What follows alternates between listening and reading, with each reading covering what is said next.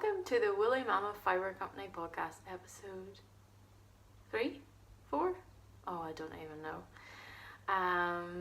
My name is Emma and I'm coming to you from the north coast of Northern Ireland, from a little town called Ballymoney. And this is a podcast all about knitting and making and yarn and dyeing and all sorts of things. So I will start off with my WIPs. Hopefully you don't find it too boring. I only have one WIP currently, and it is housed in this beautiful project bag by Nicola Cates, who is all in Nua, and she weaves this on a hand loom she has a little studio in Belfast, I believe, and then she sews up these lovely bags. So she made this one for me with a special facing in the bottom to stiffen it, so it's really nice. I really love it, but my sweater almost doesn't fit into it. So the first WIP is the No Frill Sweater by Petite Knit. I've knit this before when I carried the mohair and merino and stuff, but now I don't carry them, obviously, so I am knitting this out of my BFL Gotland 4-ply base. So it seems to be a really good substitute. I'm interested to see what it's like when it goes on. I achieved tension really easily as per the pattern,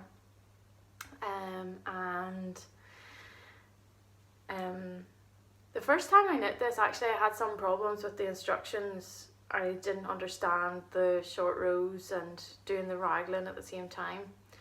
But when I went to do it this time, because I've knitted like quite a few sweaters in between, I kind of basically knew what I was doing, so that felt much nicer. So after you get past the raglan increases and you split off for the sleeves, it's just a really nice just stockinette. So I really enjoy that, just like something quite simple, and yeah, I really like that. So I'm quite well down. I have a few inches yet to knit, but not too many. So yeah, as I said, this is my BFL Gotland base. I think my needles are 4 maybe? Yeah, 4mm needles on the Chai Goose. And this is my colourway Odyssey, but I haven't dyed this colourway in quite a while, but I really like it, and I feel like it works with a lot of other colours that I wear. So yeah, so this is my first WIP. I'm really enjoying it. So my first and only WIP, I'm afraid. I forgot to say, I also hope to make kits for the No Frills sweaters again, using my BFL Gotland 4-ply. So you use it without using the mohair silk strand, and you can achieve tension really easily with that, or I did anyway. So I hope to offer that at some point in the future. I don't know when, I can't say exactly, but yeah, just want to let you know that. In the nice project bag. So this is my next finished object. I can't remember if I showed you this in the last podcast. I can't remember. It's been that long since I've done one. It was my Weekender sweater by Andrea Myrie, and I knitted this in used wool Seath base. It's the DK base. You can see on my. But it's a really nice base, and I really enjoyed knitting with it. Fibre Tales talked about some of used wool's yarn in one of her podcasts.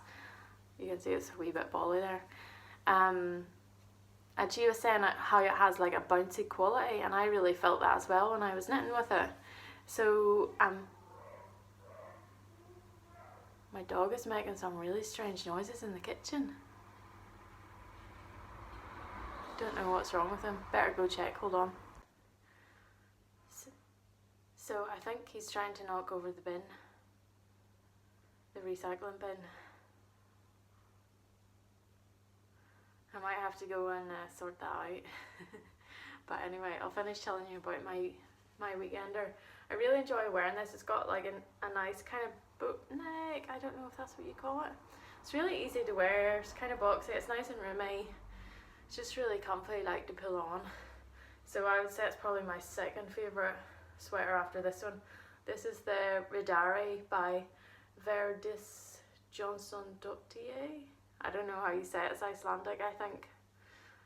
Hopefully it's not too far wrong.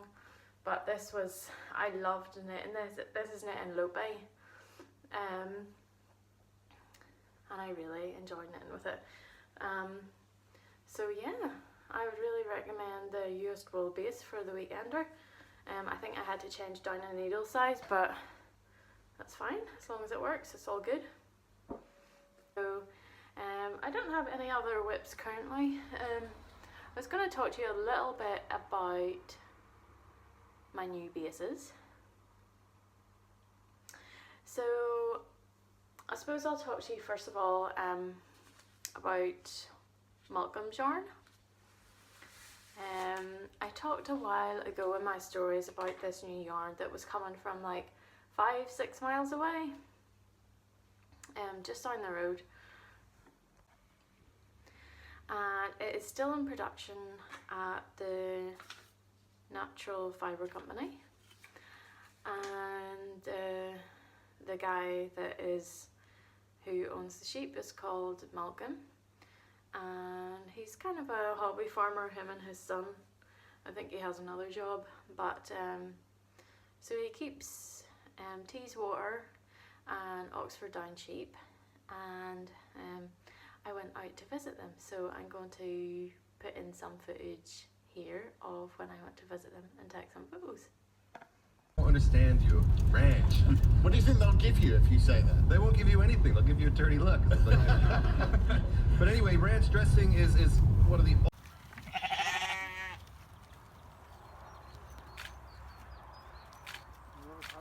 Where's yours? Another castle? There's one outside school.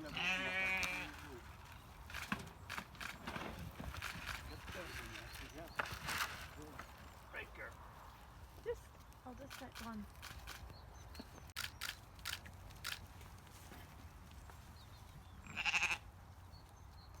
So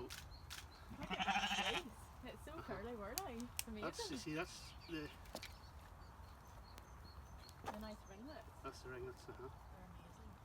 Do you want a photograph of one with a rosette on it? Doesn't matter. Doesn't matter to me. That's I'll all. maybe take a photo of the The fleece. yeah. Mhm. People will be Go interested for in that. see for there. And you see a little bit of part it slightly with my hand.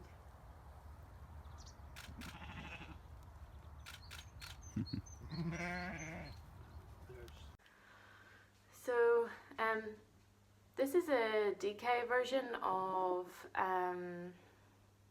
the yarn. You can kind of see what it's like.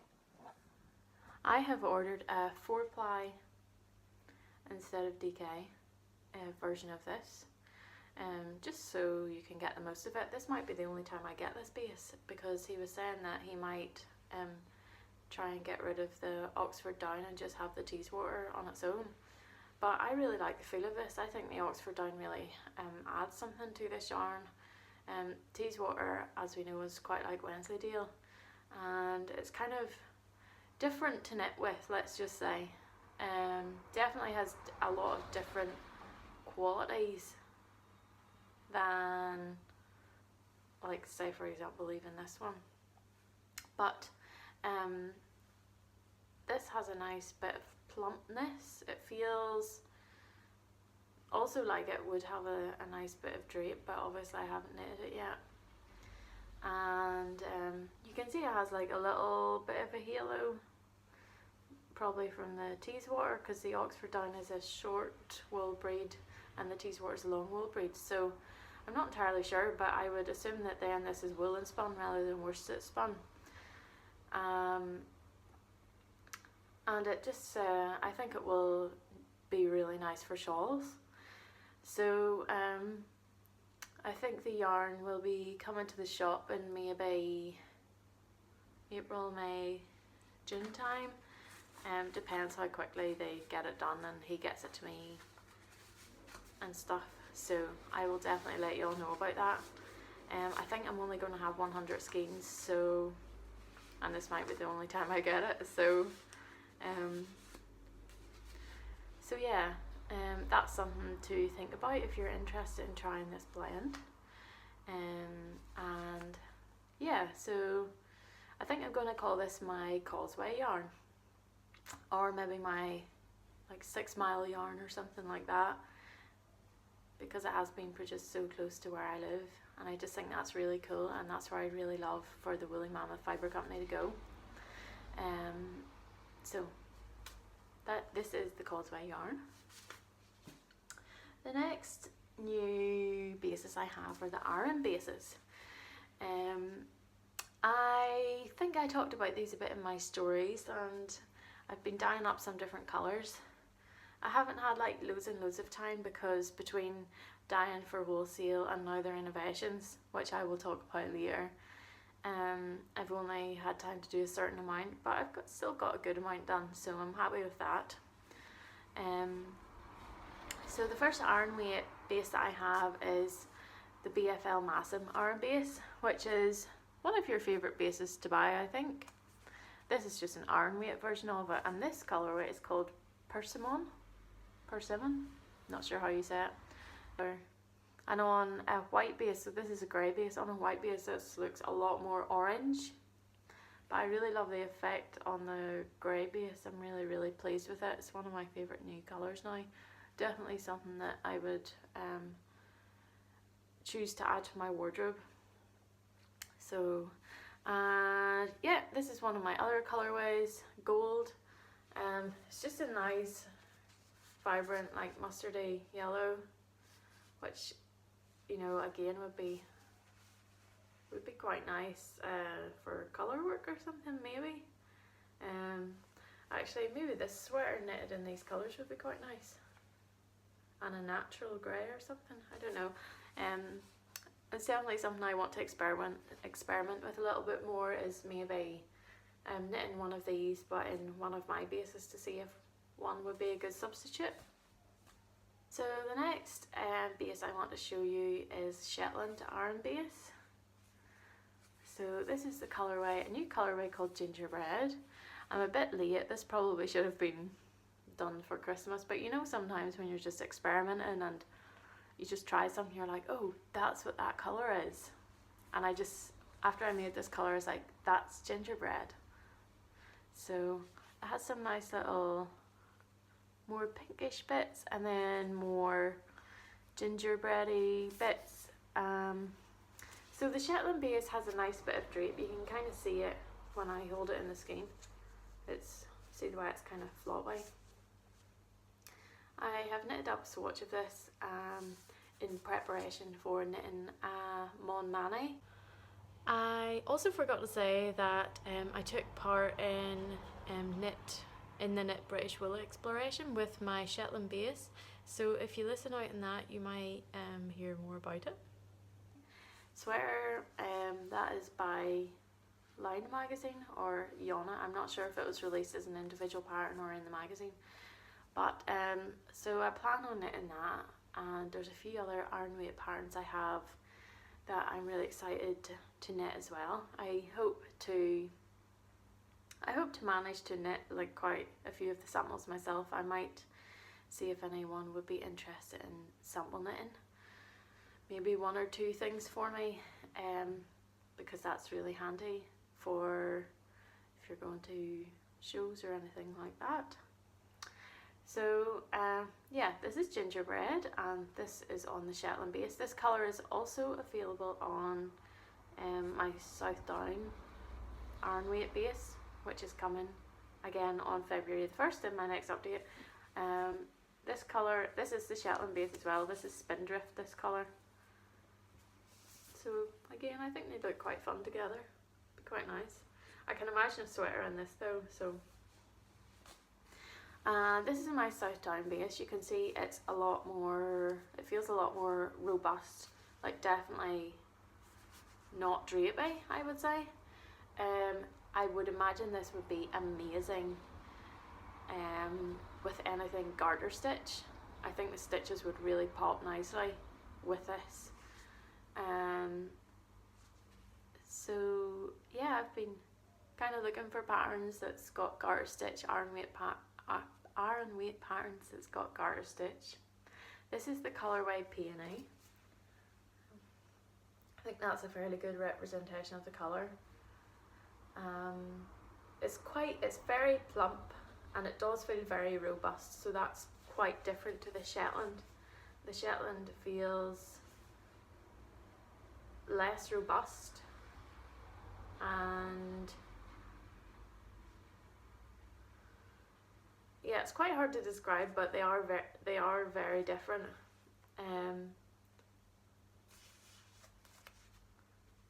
I don't know what more to say. I'll have to come up with a better vocabulary to describe my yards, because that was not very good.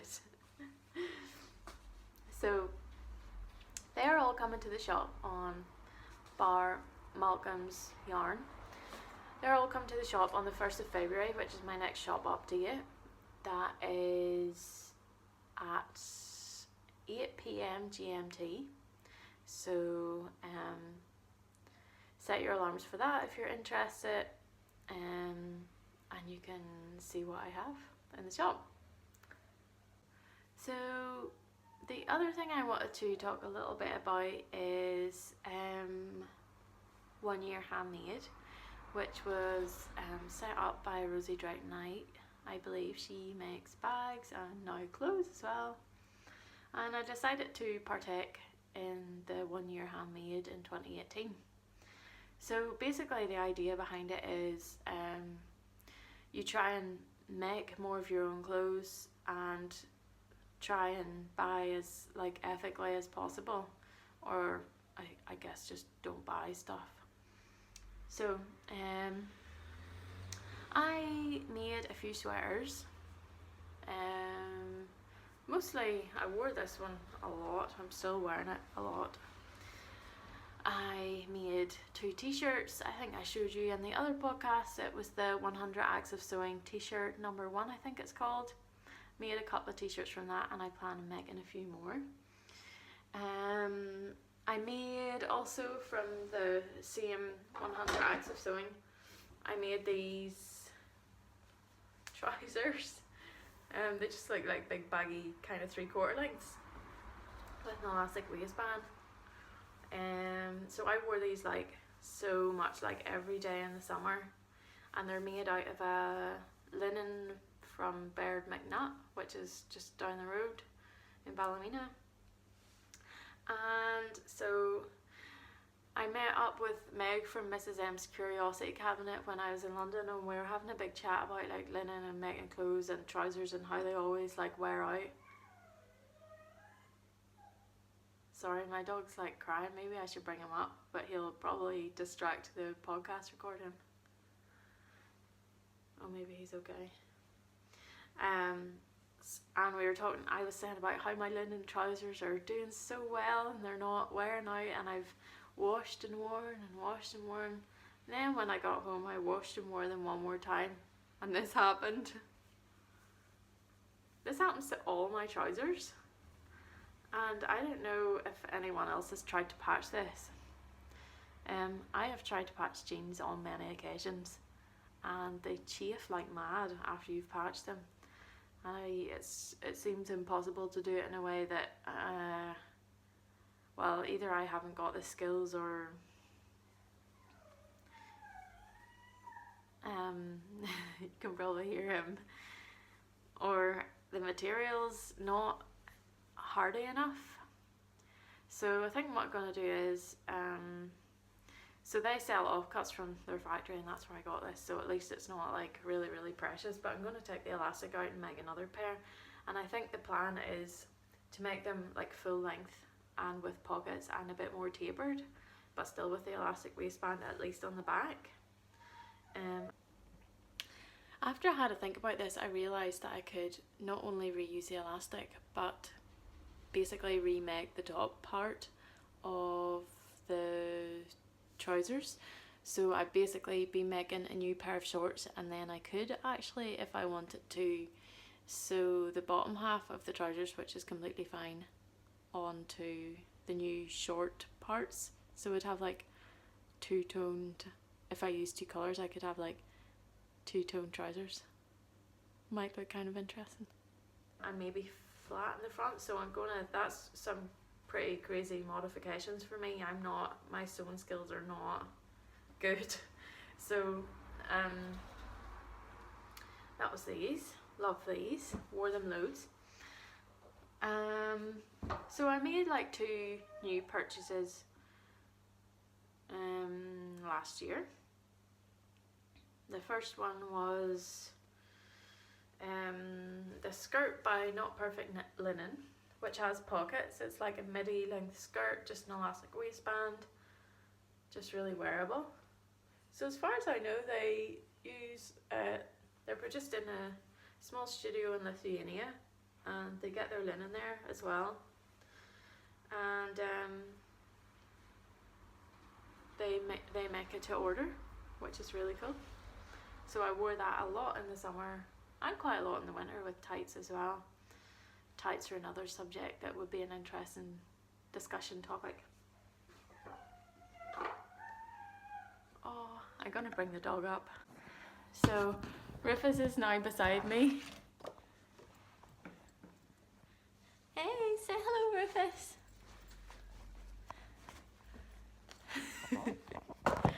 So he's gonna be maybe a little bit distracting, but at least I think he heard me talking and he knew, no Rufus, he's stealing my woolen things. And he knew I was not talking to him. So Rufus, sit down, sit, good boy, sit, good boy. He's sitting down, isn't that nice? I'll just keep it here, maybe it's more exciting to see the dog as well. So, my second purchase I made this year, second purchase I made this year was a pair of shoes. Spent a long time trying to find shoes that I felt were a wee bit more traceable, like not mass manufactured. So I got a pair of Exeter shoes from Green Shoes, and they're made in Devon, which is really nice, and they make them to order. So you make foot drawings and post them to them, and then they make the shoes based on your drawings. So I've wore them a lot with the Not Perfect Linen skirt. I think they go really well together, so that was quite a considered choice because I got the skirt first and I realised I didn't really have any shoes to wear. I had boots which looked okay, but they didn't look maybe just as nice as they could have looked. I bought a few things from charity shops, which was good. My main problem with the whole thing was I had one pair of jeans, I think, at the start of 2018, and they were worn out by like 3 or 4 months in. So I found a pair of trousers in a charity shop, which I wore for a bit, and I found a pair of jeans which were kind of ill-fitting, to be honest, but I wore them because I didn't have anything else, until I found another pair of really, really good fit jeans in the charity shop. Guess where they're from? Primark. They weren't worn, they cost £3. The money's going to charity, so I thought, brilliant, I can't believe these fit so well. Obviously it's not really, I'm not directly supporting the work of Primark, but isn't it funny that their jeans fit the best? And it's like, I actually ordered a pair of quite expensive jeans from, I don't know how you say it, it's H-I-U-T, Wheat, maybe, denim. They're in Wales, they're made in Wales. Was really excited about getting them. They were made to order, waited ages for them, and they came and they didn't fit me. Like, they didn't fit me at all. They did not look good. beautifully made though, but if they don't fit right, then there's no point. So had to send them back. But Rosie Drake Knight did tell me that there's a company, I can't remember the name, that you can rent jeans off. Hello, Rufus. Yes. Yeah, so you can rent jeans off and then you can keep them after a year or continue renting them and get a new pair. So I might try that and see if they fit. Another company I tried was Black Horse Lane Atelier. They're in London, they make their jeans in London. Beautiful shop, nice designs, but again, tried them on when we went to London and they fitted me horribly, all of them. But my husband got a pair and they fitted him so perfectly. They do special jeans for cyclists that are specially cut to fit cyclists, and he got a pair and they were so good. But so far this year I haven't managed to find a pair of jeans that really fit apart from these ones I found in the charity shop.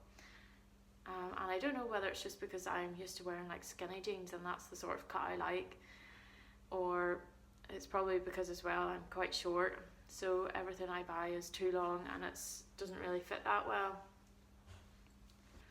I don't know what I'm going to do about the jeans situation. The other situation was the tight situation, because when I wasn't wearing trousers I was wearing tights a lot, and I also wore out of like all of my tights.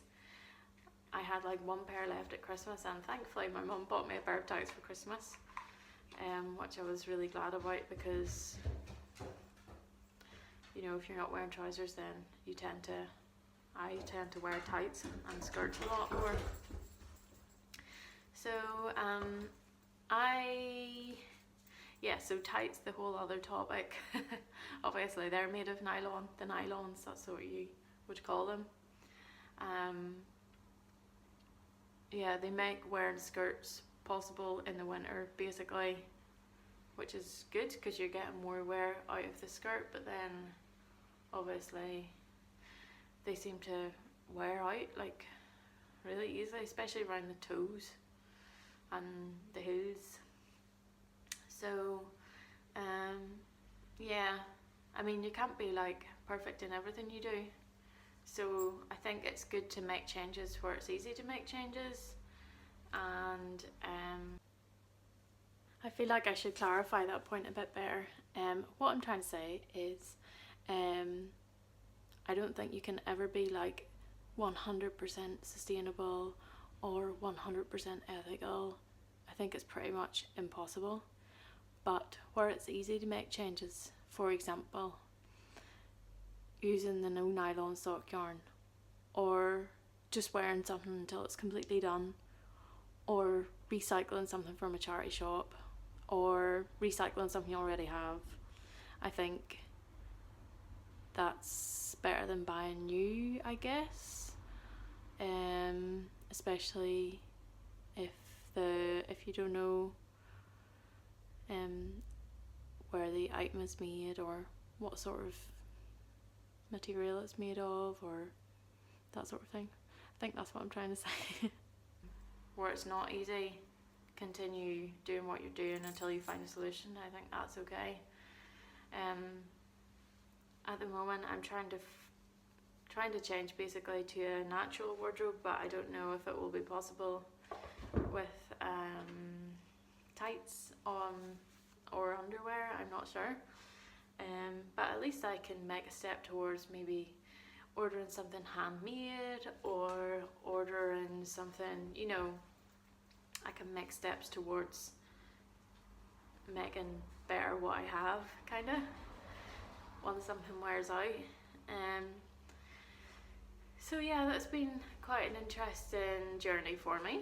I haven't ever felt like I wanted to buy something in a shop. I very rarely went into a clothes shop because I thought, oh, there'll be nothing here for me that I could possibly buy. So I never really bought many clothes anyway, so it didn't really feel like a big sacrifice, to be honest. And I think it did make me realise, like, every day when you're like, oh, I wish I had a pair of jeans that fit me, or I wish, you know, like, I was really thinking about those pockets in my wardrobe that needed to be filled, and I filled them in a very, very slow way. So, yeah, it's been really interesting, and I will try and post links when I get a chance of all the different resources that I used for this year.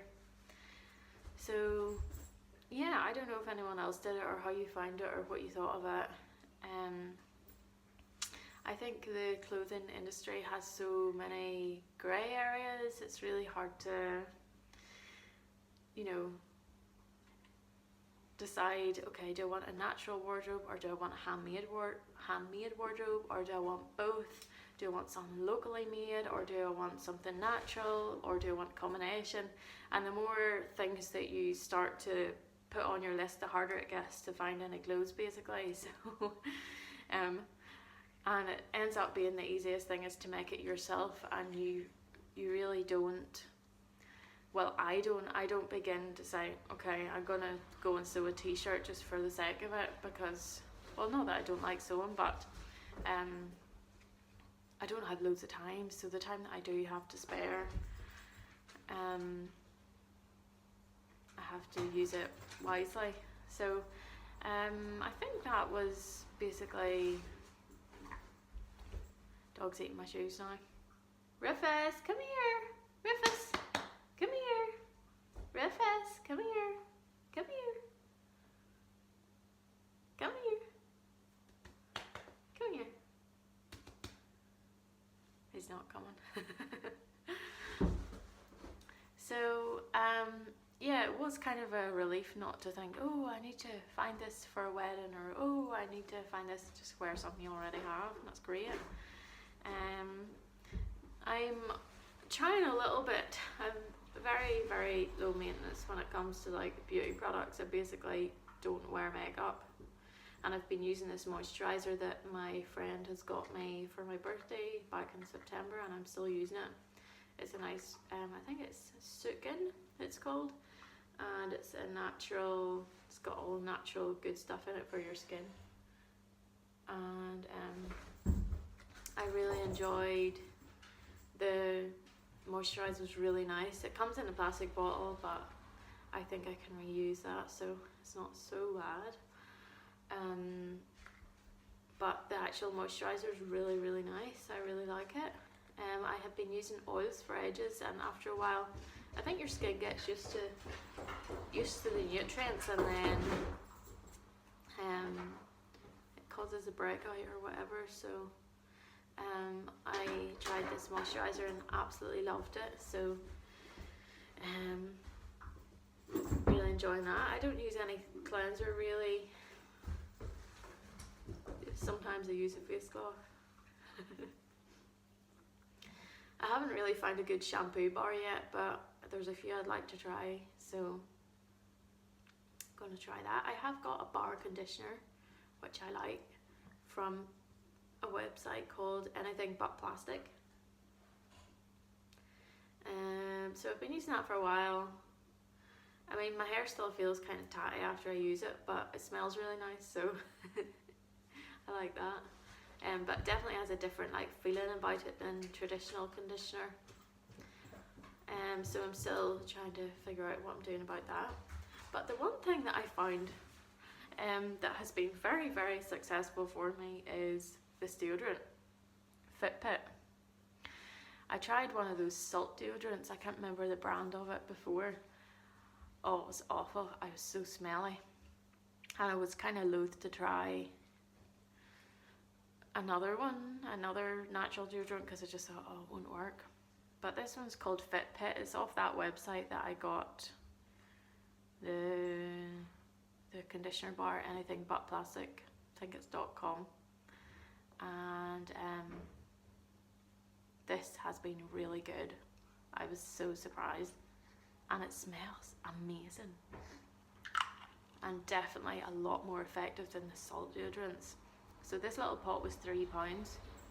It says it's a 3-week supply, but it's lasted me way longer than that, I think. I think it could last 6 weeks, possibly. And what's the ingredients?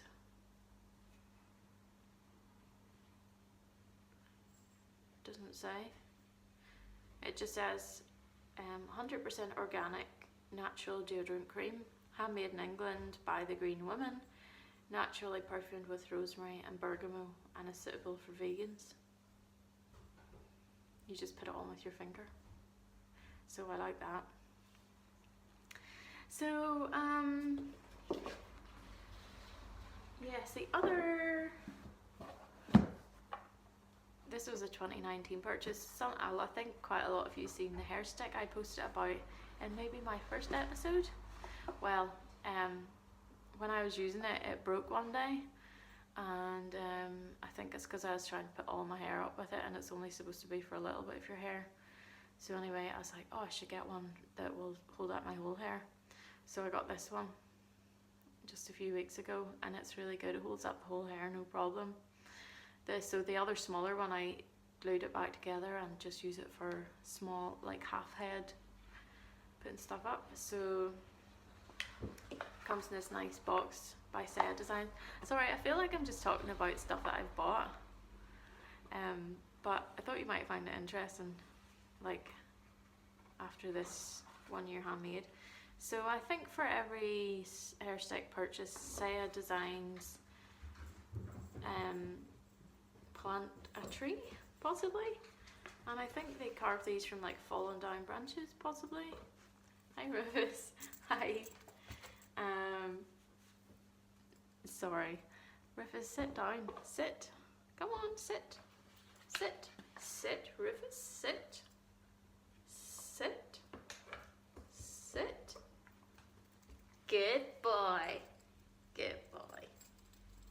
So, yeah, so maybe I'll just chat. That's kind of my 1 year handmade. It was interesting, and I think it was quite enjoyable. So, yeah, I'm gonna tell you a little bit about my renovations now. So I will try and include some footage. So basically I am changing my studio up a little bit.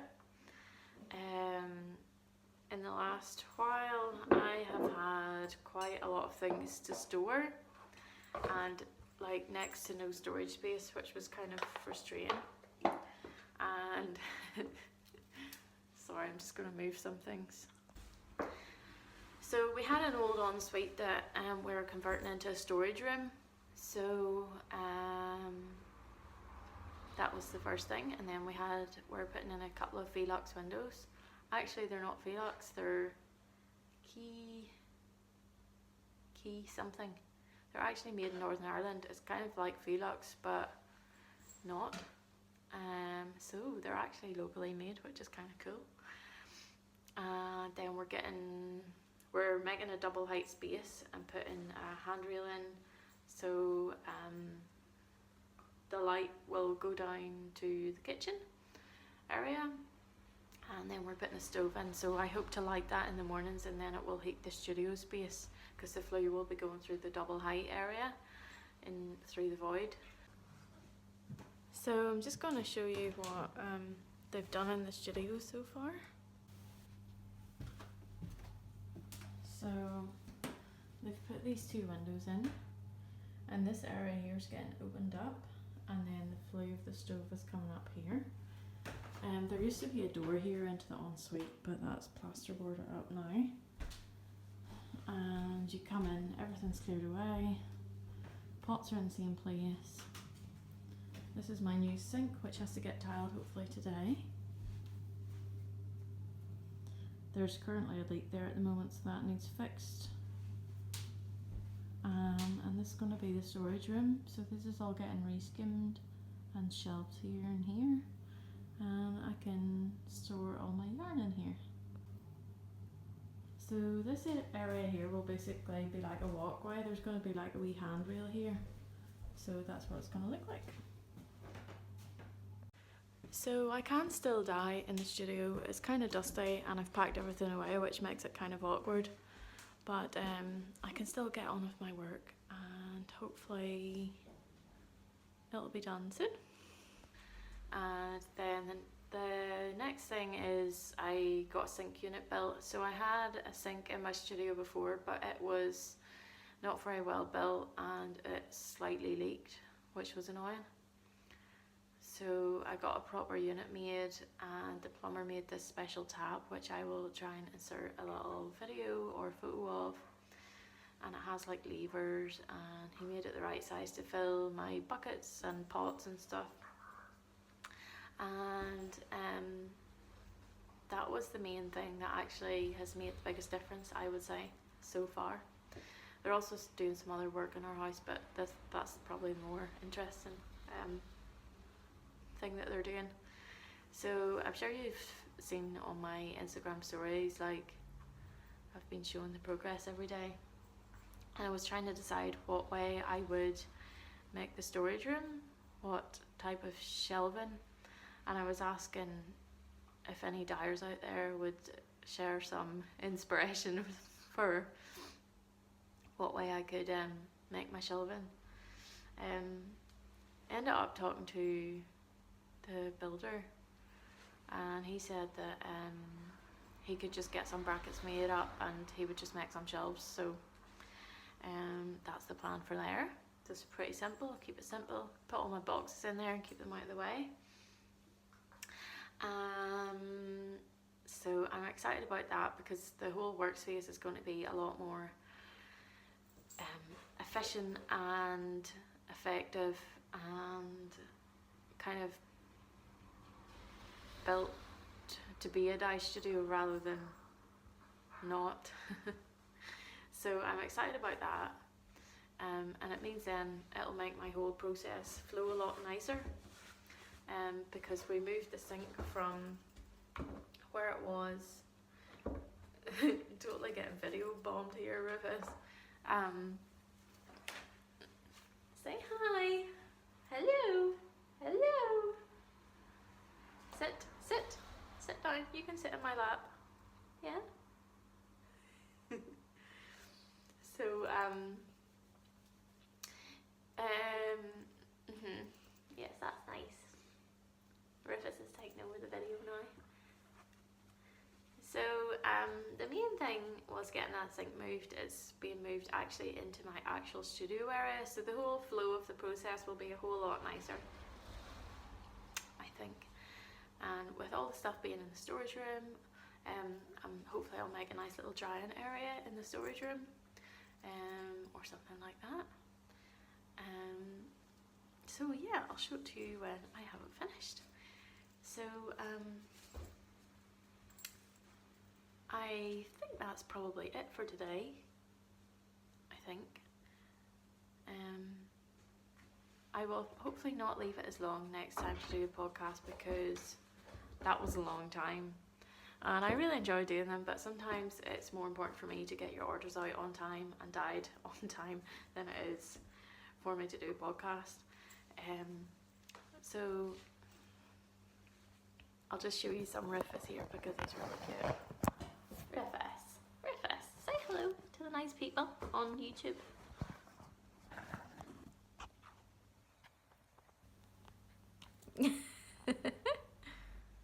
Oh, thanks. Say bye-bye. Bye. Bye.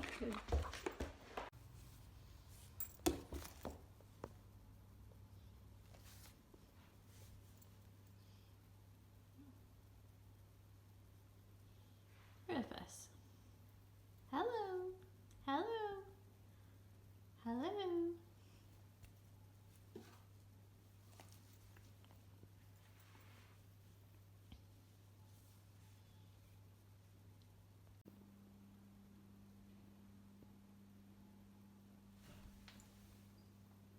Rufus, have you stolen my podcast, Cincy?